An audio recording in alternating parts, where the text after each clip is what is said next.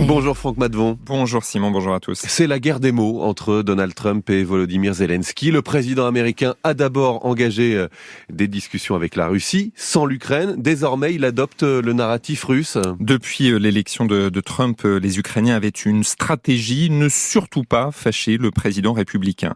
Après tout, l'administration Biden avait beaucoup de défauts, des tergiversations, un soutien souvent tardif et le sentiment général que le conflit était dans l'impasse. Trump peut être dur en affaires, mais tôt ou tard, il se rendra compte que Poutine n'est pas fiable, qu'il mange dans la main du grand rival des États-Unis, la Chine, et Kiev en profitera. Voilà le discours des diplomates et responsables ukrainiens ces dernières semaines. En quelques jours, ce raisonnement a d'abord vacillé, puis s'est effondré en 24 heures. Le temps pour Trump de quelques déclarations cinglantes. On l'a entendu dans le journal. Zelensky est à ses yeux un dictateur sans élection, impopulaire, qui a fait un travail épouvantable et a tout juste été bon à manipuler Biden. Déclaration truffée de mensonges. On peut débattre, Simon, de la nécessité d'aider l'Ukraine, de l'associer à des négociations, de prendre en compte les Européens, mais les faits sont irréfutables. Non, Zelensky n'a pas commencé la guerre, comme l'affirme Trump. C'est bien la Russie qui a attaqué l'Ukraine il y a 3 ans, presque jour pour jour.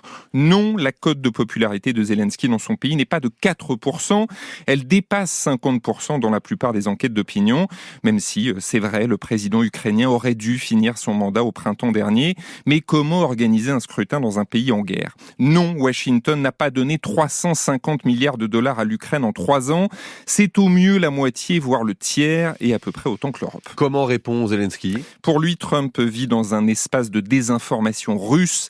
Et comment lui donner tort ? L'Américain fait sienne la rhétorique du Kremlin. Zelensky s'efforce de ne pas couper ce qui reste du lien avec les États-Unis, cette ligne de vie qui a permis à l'Ukraine de résister.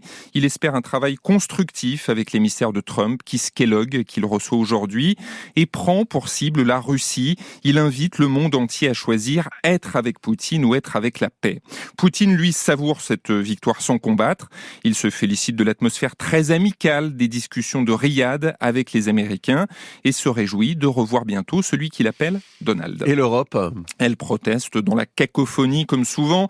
Ses dirigeants apportent leur soutien à Kiev et rappellent la nécessité d'une paix durable. Trump invite Emmanuel Macron et le Britannique Keir Starmer qui pourrait être à Washington dès lundi. Mais que dire, Simon, à un président américain qui bouleverse l'ordre mondial, renverse les alliances et pactise avec l'agresseur dans le conflit le plus meurtrier en Europe depuis la Seconde Guerre mondiale ? Il s'agira peut-être simplement de constater que l'alliance transatlantique a volé en éclats et qu'il faudra faire sans l'Amérique, voire contre elle, en Europe comme en Ukraine. Franck Madvon, géopolitique.